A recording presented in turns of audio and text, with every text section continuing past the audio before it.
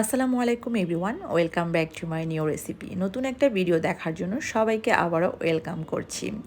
আজকে আপনাদের সাথে আমি খুব সহজ রেসিপি দিয়ে খুব সহজ উপায়ে pound orange cake recipe share করব।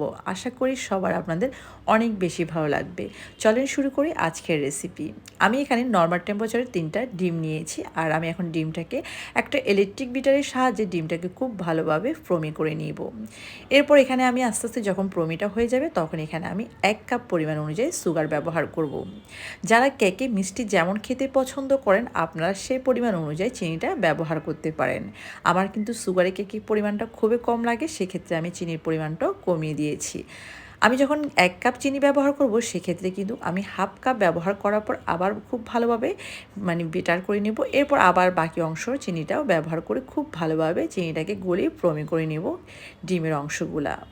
এরপর এখানে দিয়ে দিব আমি 1 কাপ সাদা তেল। তেলটা দেওয়ার পর আমি খুব ভালোভাবে 1 থেকে 2 মিনিটের মতো খুব ভালোভাবে বিটার করে নেব। তো আজকের কেকটা আমি অরেঞ্জ কেক বানাচ্ছি, সেক্ষেত্রে কিন্তু আমি কোনো রকম অরেঞ্জের কোনো ফুড কালার ব্যবহার করব না। আমি এখানে একটা মাল্টা নিয়ে নিয়েছি, একটা অরেঞ্জ নিয়ে নিয়েছি। আমি 2 চামচের মতো আমি এটাকে এখন খুব ভালোভাবে বিটার করে নিব। আর এই চামড়াটাকে এভাবে করে একটা বিটারের সাহায্যে এভাবে করে নিয়ে নিব। এরপর এটাকেও আমি খুব ভালোভাবে 1 থেকে 2 মিনিটের মতো খুব ভালোভাবে ব্লেন্ডার করে নেব একটা ইলেকট্রিক বিটারের সাহায্যে। এরপর এটা যখন হয়ে যাবে তখন কিন্তু এটাকে আমি খুব ভালোভাবে সুন্দরভাবে এটাকে মিশিয়ে নেব। আমার কিন্তু এটা অলমোস্ট কমপ্লিট। ডিমের গন্ধটা খুব ভালোভাবে দূর করার জন্য আমি এখানে 1 চামচের মতো অরেঞ্জ এসেন্সটা ব্যবহার করব। আর অরেঞ্জ এসেন্সটা অবশ্যই ভালো মানের ব্যবহার করার ট্রাই করবেন। এখানে আমি 1 কাপ ময়দা ব্যবহার করব আর দিয়ে দিব 1 চামচের মতো বেকিং পাউডার।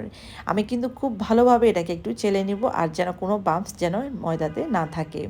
আমি কিন্তু একবারেই মিশাই নাই, অর্ধেক দেওয়ার পর আমি বাকি অর্ধেক পরে মিশাবো। অর্ধেক দিয়ে আমি একটা কাঠির সাহায্যে খুব ভালোভাবে এটাকে মিশিয়ে নেব ব্যাটারের সাথে। এখানে কিন্তু কোনো রকম ব্লেন্ডার করা বা ইলেকট্রিক বিটার করা যাবে না। আপনি হাতের সাহায্যে এটাকে খুব আস্তে আস্তে করে প্রমির সাথে খুব ভালোভাবে মিশিয়ে নিতে হবে। আর এই কাজটা কিন্তু আপনাকে আস্তে ধীরে খুব সুন্দরভাবে করতে হবে। এই সময়টাতে আপনাকে তাড়াহুড়া করা যাবে না। হাতের সাহায্যে একটা কাঠির সাহায্যে আপনাকে খুব ভালোভাবে একটা সুন্দর একটা স্মুথ একটা ব্যাটার তৈরি করতে হবে। আপনার যদি কেকের ব্যাটারটা খুব বেশি ভালো হয়, পারফেক্টলি হয়, সেক্ষেত্রে কিন্তু আপনার কেকটা কিন্তু খুবই ভালো আসবে।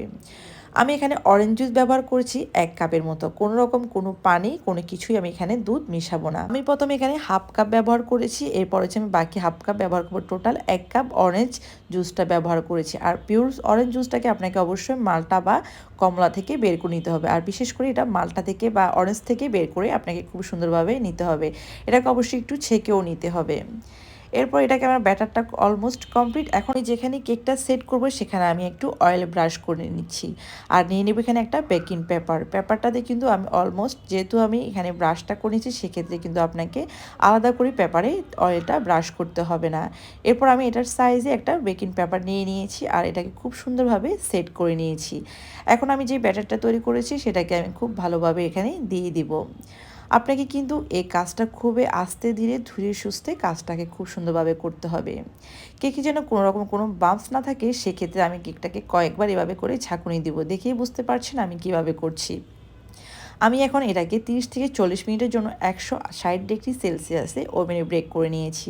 আপনি চাইলে এটাকে চুলায়ও বেক করতে পারেন, যে যেভাবে সুবিধা সেভাবে করতে পারেন। এরপর কেকটা একটু ঠান্ডা হয়ে যাওয়ার পর আমি এটাকে এখন মল থেকে নিয়ে নিব। আর কেকটাকে যদি খুব ভালোভাবে ঠান্ডা করে ক্ষেত্রে কেকটা আর খুব সুন্দরভাবে উঠে আসবে, আর খুব দেখতেও আরও বেশি সুন্দর লাগবে বা খেতেও অনেক বেশি ইয়ামি লাগবে। কেক কিন্তু আপনি ঠান্ডা ঠান্ডা খেতে পরিবেশন করতে বেশি মজা।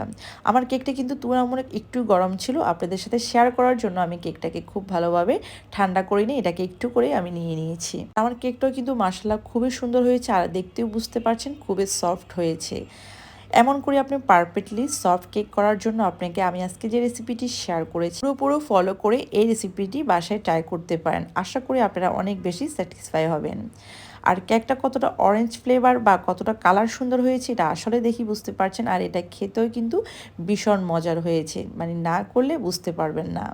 আপনি চাইলে বাসায় এরকম পারফেক্টলি বেকারি স্টাইলে নিজে কেকটা এভাবে মেক করতে পারেন। আপনি চাইলে চকলেট কেকটা ঠিক এভাবে মেক করে নিতে পারেন। পুরো প্রসেসটা কিন্তু ফলো করে, যার শুধু আপনি কোকো পাউডারটা ব্যবহার করবেন। আর কেকটা কতটা সফট হয়েছে এটা হয়তো বা দেখেও বুঝতে পারছেন। আপনাদের সাথে আমার রেসিপিটি আজকে শেয়ার করে খুবই ভালো লেগেছে। আপনাদের কেমন লেগেছে অবশ্যই কমেন্ট করে আমাকে জানাবেন। আর এটা কিন্তু কতটা সফট হয়েছে আপনাদেরকে দেখেই বুঝতে পেরেছেন। সবাই অনেক বেশি ভালো থাকবেন, সুস্থ থাকবেন। যদি আমার ভিডিওটা আপনাদের ভালো লেগে থাকে লাইক কমেন্ট করতে ভুলবেন না। Thank you for watching. আসসালামু আলাইকুম, আল্লাহ হাফেজ, ভালো থাকবেন সবাই।